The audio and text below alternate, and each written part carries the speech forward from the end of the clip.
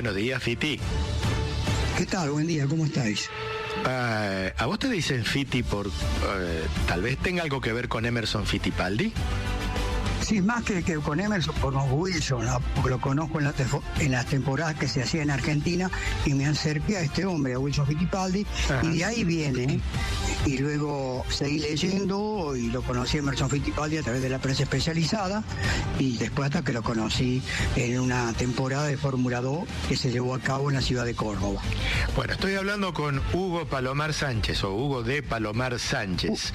Probablemente sea el eslabón de la cadena más grande que más tiempo lleva en España, porque él que tiene Fiti, porque a partir de ahora vas a ser Fiti, ya me vas a contar cómo fue que llegaste a los 19 años a España, pero es que llevas 53 años viviendo aquí, en España. Sí, casi que no tenés historia en Córdoba, pero vamos a decir que sos del barrio Centro, que estabas muy cerca de la Plaza San Martín, que de dónde empezó esta locura por el automovilismo que has llevado a cabo a lo largo de toda tu vida.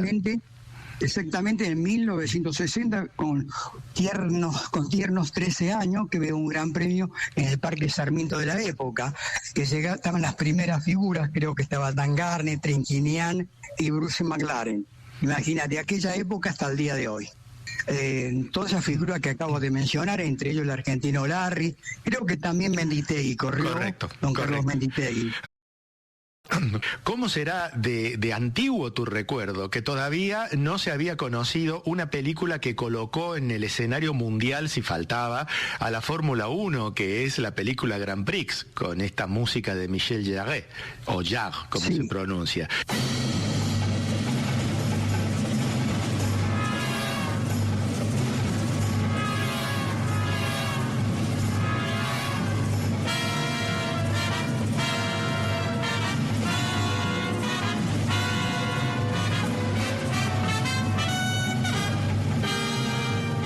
Che, Fiti, bueno, muy bien, descubriste ese gran premio, pero ¿y cómo seguiste con tu pasión? Decir, bueno, mi pasión es el automovilismo. A través de revistas especializadas, me gustaban mucho. La única revista especializada en aquella época, muy buena por cierto, que había muy buenos escritores, muy buenos periodistas, el Gráfico. Después vino una revista mucho más especializada en Corsa, Automundo, que está un buen amigo que yo quiero mucho hasta el día de hoy, Gustavo Costa, que tenía la novia más guapa de Córdoba.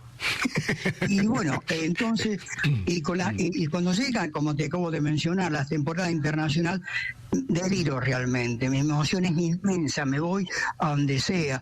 Me hice un viaje, me habían regalado un reloj y lo vendí para irme a Rosario, después fui a Mendoza, unos viajes ¡qué locura! Y a Buenos Aires, sí, una locura lo veo ahora, y pienso que la vida y las circunstancias estuvieron siempre a mi favor, nadie me robó, nadie me pegó, porque te imaginas, y esto también lo viví en Europa, Claro. Esa soledad en una estación del tren solo, porque no me sabía manejar bien, no es como ahora es fácil todo, pero antes no. Creo que encontré siempre gente muy, muy buena en mi vida.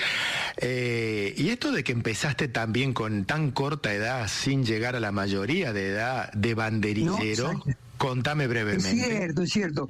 Yo era muy amigo, y desgraciadamente que no están ya, Lipi Fernández Berro, hijo, ni el papá, obviamente. Entonces, él es el que organizaba los banderilleros. Y de ahí nace... ahí ejecuto esa pequeña labor para estar cerca del automovilismo, que es el banderillero. Pero era colocarte al borde de los circuitos para ir guiando o señalizando si había algún accidente. Esa es la tarea del banderillero. Pero, Fiti, ¿qué edad tenías cuando hacías esa tarea? Era muy jovencito. Te digo, en 1960 tenía 13 años. Antes todo esto, ya llevo una vida antes de los 20. Pero qué locura. Hasta los 20, pero ya voy a dejar y bueno, Fiti, no... Espera un poquito, quiero que me cuentes un poco más de tu tarea de banderillero con 15 años. ¿Te dejaban laburar? ¿Vos cobrabas algo por ser banderillero? No, era todo ad honorem. La pasión era más importante que un bocadillo o una Coca-Cola. Y además, ¿en algún momento se te echó un coche encima?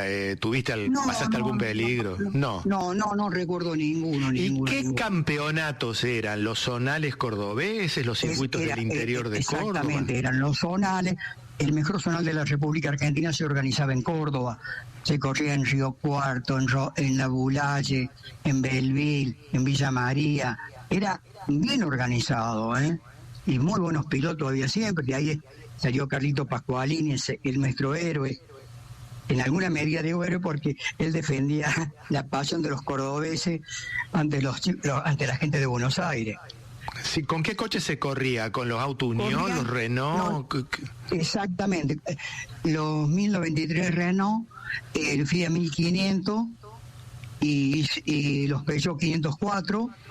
Bueno, no pasa mucho tiempo de todo esto. Yo creo que vos terminaste la secundaria, al fin y al cabo, con los estudios, a pesar de la pasión. No. Yo tengo unos estudios muy primarios, muy elementales. Yo soy un blanco de clase media baja, social y económicamente. He tenido la suerte, como te acabo de mencionar, en esta vida, como ha discurrido para mí, que me he encontrado con gente estupenda. Un buen amigo mío, creo que ya no está, me decía siempre, Malarro, en Fiti, si tú hubieras sido morenito, te hubiera pasado puta. Te ayudó a ser blanquito y rubio. Te salvó ser blanquito y rubio. Y te salvó ser blanquito y rubio cuando llegaste aquí a Europa, que te mimetizaste, supongo. No, acá los que tenían éxito en Europa siempre fueron los morenos. Bueno, algo habrá caído. Bien, el gran problema que no llegaba a mejor nivel por no tener un inglés fluido, que nunca lo logré. A pesar de haber hecho trabajos muy elementales, como dicen ahora, basura, ahora sí hice logística, repartía paquetes, tenía que trabajar de albañil, trabajé mucho tiempo sirviendo copa, pero el dinero rendía mucho más que ahora. Fiti, ¿por qué decidiste venirte a Europa con 19 años y cómo lo conseguiste? Era un semi-perdedor en Argentina. Nunca iba a tener un 128 como tenía la gente que iba al bar gente. Nunca yo lo iba a tener. Porque no lograba con mi trabajo producir un dinero para eso. Entonces estaba muy frustrado y muy triste, ¿no? Había un problema psicológico muy fuerte, estaba triste, muy deprimido, las cosas no me iban bien, no me salían bien. Era un hombre joven y aparte no ligaba, estaba muy triste, no tenía medio. Entonces un buen amigo, Rubén Ogioni, que trabajaba en una zapatería conmigo, él primero se viene con su mujer y al poquito tiempo, antes del año, me dice, Fiti, vente que yo te voy a aguantar. Y efectivamente llego a Europa y él me tiende la primera mano, pero todo esto yo me vengo en barco. Eso te iba a preguntar, claro. ¿Te cruzaste en barco? ¿Todavía no eran los tiempos? O sí, bueno, había vuelos. Sería de comida paga. Claro. Creo que fueron las últimas personas que viajé en barco en aquella época. Yo no soy bueno para las matemáticas, pero voy a tratar de sacar la cuenta. 53 años aquí, con 19 años te cruzaste. Vos llegaste en 1972 a España. Sí, exactamente, 73 ya empezaba. Ya 73. Sí, ya aún vivía Franco, para que te des una idea. Oh, ¿y qué España te encontraste? ¿Te había contado alguien que España está en dictadura? Nada que ver. Yo sé que en tema político, socioeconómico, sociopolítico se critica mucho, pero si no hubiera sido por nuestro querido Felipe González, vos sabés que yo venía de Montecarlo, entonces hago escala, me trajeron hasta Barcelona, y en Barcelona me vine en avión hasta Madrid, y en ese avión venía Felipe González, que aún no era presidente, era un ciudadano más. Creo que todos le debemos mucho a Felipe González y a la Comunidad Europea esa evolución que hubo en todos los aspectos en España, carretera, arreglos sociales, más allá de enarbolar cualquier bandera política, hizo cosas. Vos decís otro gobierno y otro régimen, era una dictadura, y lo que estás hablando era una democracia, imperfecta, con sus errores, pero con sus diferencias. Ya estabas contando, espera que te saltaste un capítulo de tu vida, estabas contando que un día te volvías de ver una carrera de Fórmula 1 fuera de España. Pará. ¿Cómo es que llegás aquí? Y empezás a hacerte, a ver, ¿cómo hacías para sacar adelante tu pasión? Trabajaba bastante y ahorraba.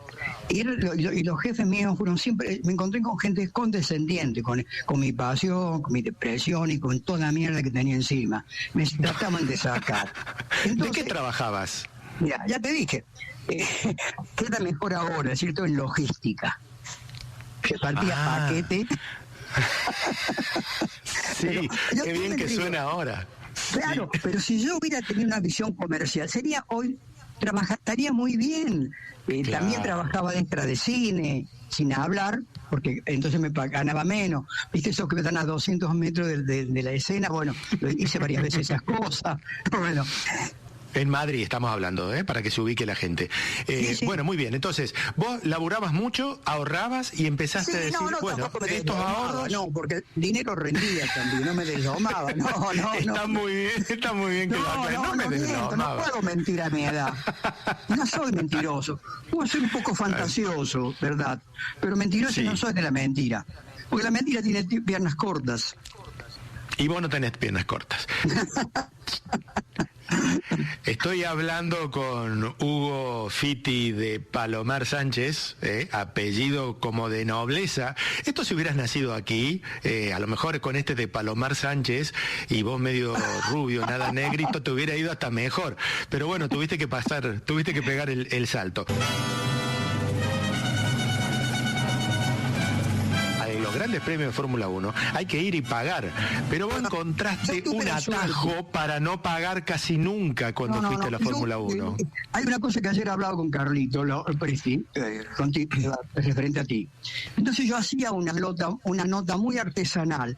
Entonces yo la llevaba, digo, me publica esto, y claro, no le costaba un duro al periódico ni a la revista. Entonces, así entraba yo. Hacías la crónica de la carrera de Fórmula 1 que ibas a ver. Claro, exactamente, claro. Al no tener una sólida formación intelectual, había problemas de nexo, había problemas de ortográficos también. Te los corregían. Me lo corregían, ahora, exactamente. Muy bien, vos hacías crónica de la Fórmula. Pero ¿cómo lograbas entrar? ¿Cómo te acreditabas a estas grandes carreras de la Fórmula 1 europea? Yo le vendía, bueno, no es la palabra correcta, yo le ofrecía algo a esa revista, a cambio de la acreditación. Bien, ahora me estoy explicando. Correcto. Fiti, ¿en cuántos países estuviste de Europa cubriendo carreras de Fórmula 1, además de España? España, bueno, yo lo que más hice, aunque parezca mentira, visité un país que siempre estuve muy enamorado por algo muy insólito, lo que te voy a decir, por Niki Lauda y por Freud. Austria. En Austria estoy. Sí, Austria es hermoso, mirá. El país que algún día, si vuelvo a enamorarme y tener 2 monedas, iría a pasar un largo fin de semana. Qué contraste que acabas de citar, Niki Lauda y Sigmund Freud. Claro, está bien, yo quería psicoanalizar, yo que pensaba dentro de mi fantasía, que el psicoanálisis me iba a ayudar. Claro, y tuve grandes...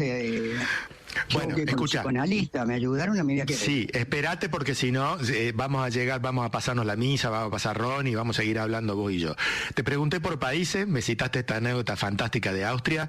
Portugal estuviste, en Montecarlo, Francia estuviste. Sí, toda la de Portugal, se quedaba aquí al lado. Sí, una época muy linda. ¿Cuántos años estuviste llevando esta vida? Siempre, hasta que pude, hasta el nuevo reglamento. Pero la admiro muchísimo, señor Bernie Eccleston. Igual que de ahí. ¿Charlaste alguna vez con él? ¿Lo saludaste alguna vez a Eccleston? Sí, lo he tocado, lo hemos visto, me he mirado. Lo he tocado a ver si se te contagiaba algo. Sí, exactamente, muy bien. Y yo siempre admiro muchas personas, al señor Alcides Reyes y a Bernie Eccleston, pero son los 2 hombres que me han deslumbrado en el automovilismo, por la fantasía. por el hacer de ellos. Yo sé que han tenido detractores, pero no importa, yo veo la cosa positiva de Alcide. Bueno, y ahora en el retiro del guerrero de la Fórmula 1... No, yo no estoy retirado, es como dice Carlos López, es un problema de cambio. Te mojé la oreja, a ver cómo reaccionaba. Es un problema de cambio, nada más, que saldré del año que viene, seguramente, un año más. La fuerza está intacta. Estaba por decir el retiro, por lo menos el retiro geográfico, porque no estás viviendo en Madrid capital, estás viviendo en un pueblito de Madrid que se llama Villa Conejo, famosa por sus melones. Atención, cuando llegue dentro de unos meses, melones y sandías al final de la primavera y comienzo del verano, ahí Villa Conejo. Estoy más cerca de Toledo que de la Puerta del Sol. El núcleo urbano de Villa Conejo, ¿a cuánto lo tenés? ¿Podés ir andando? No puedo, tengo un gran problema si a mí me falta mantequilla mañana o un puñadito de sal, tengo que venir a Madrid o ir a Cien Pozuelo. Un poco, no es fácil, donde digo, pero hay que hablar también de decir la verdad, como no hay que dramatizar tanto. El problema es que yo no tengo un vehículo, si no en 5 minutos estás en Cien Pozuelo. Vamos encaminando la parte final de la entrevista, que yo le llamaría entrevista a Hugo Fitti de Palomar Sánchez, parte 1, porque a lo mejor habrá parte 2. Te ruego, yo voy a hacerte unas preguntas ping-pong sobre pilotos, sobre anécdotas, pero te ruego que al ser ping-pong tengas respuestas breves, porque tengo muchísimos ítems que tocar, ¿sí? Bueno, ¿empezamos? Sí. Preguntas ping-pong. ¿El mejor piloto de Fórmula 1 que hayas visto realmente pilotar? Sin duda Emerson Fittipaldi, no era el más veloz, pero sí el más inteligente dentro de un Fórmula 1 de aquella época, Juan Manuel Fangio, lo conociste, ya retirado, por supuesto. ¿Y qué tal como persona? ¿Qué te pareció? Bien, buena gabardina estaba, saludaba a la gente lo adora, lo adoraba mucho el mundo automovilístico. ¿Los pilotos también? Creo que también, sí. Todo el calor del motor venía encima, no sé si tú te acuerdas, en el año 1955, que corría aquí en Buenos Aires con mucho calor, que todos los corredores pararon y se cambiaban, se daban una ducha para volver a correr. Y yo me aguanté la carrera porque físicamente estaba bien y me fui aguantando y prácticamente eso fue lo que me dio el triunfo a la final. ¿El cabezón Froilán González? No, yo lo conocí cuando estaba muy ligado a Jorge Cupeiro, y cuando me enteré su carrera deportiva casi me muero, que había ganado las 24 horas. Tal es así que no hace mucho le digo, oye, a un amigo, muy amigo, digo, ¿por qué está saliendo un Froilán en las revistas inglesas? Hugo dice, escuchá bien, Fiti, es el primer tipo que gana con Ferrari en el 50, en Silverstone. Primer triunfo de Ferrari en Silverstone, el primer 50, sí, hace 2 días, parece. Y lo logra el cabezón Froilán González. Sí. Y evidentemente viene la siguiente pregunta. Carlos Reutemann, el Loli. Sí, él fue muy piloto, creo que quiso ser más papista que el Papa. Él se la jugaba a John y no tendría que haberlo hecho. ¿Qué es la Fórmula 1? La que yo viví es un laberinto. Un laberinto visto desde arriba. Desde arriba es muy fácil ver un laberinto, porque uno sabe cómo va. En la Fórmula 1 vos te metés en un laberinto, y el laberinto tenía en aquella época el éxito, la fama, la plata, la tiene hoy actualmente, y la muerte. Está todo adentro. El campeonato, el quedar parapléjico. Hay mucha gente que en este momento tiene más de 60 años o 70 y que está recordando todos estos elementos de la Fórmula 1 para que vean los jovencitos que la Fórmula 1 tenía un costado romántico y menos tecnológico que ahora. No, era mucho más peligrosa, Adrián. No. ¿Qué te parece con los accidentes que hubo? Claro. Uno no se da cuenta, pero vos pensás, un minuto, era así como todas las temporadas fallecían 2, 3, 4. Sí, iban en latas de sardinas sin protección alguna, prácticamente. Sí. Ahora se dan unas piñas espectaculares y salen andando. No pasa nada. Contame muy brevemente, alejándome un poquito de estas preguntas ping-pong, porque en algunas conversaciones que hemos tenido, la pregunta concreta es, ¿por qué Oreste Berta no logró dar el salto a Europa y ser... Oreste, primero quiero saludarlo de este pedestal muy humilde mío, a Oreste, a Heriberto Pronello, a Sergio Schilling, grandes personas, sobre todo Sergio Freeland.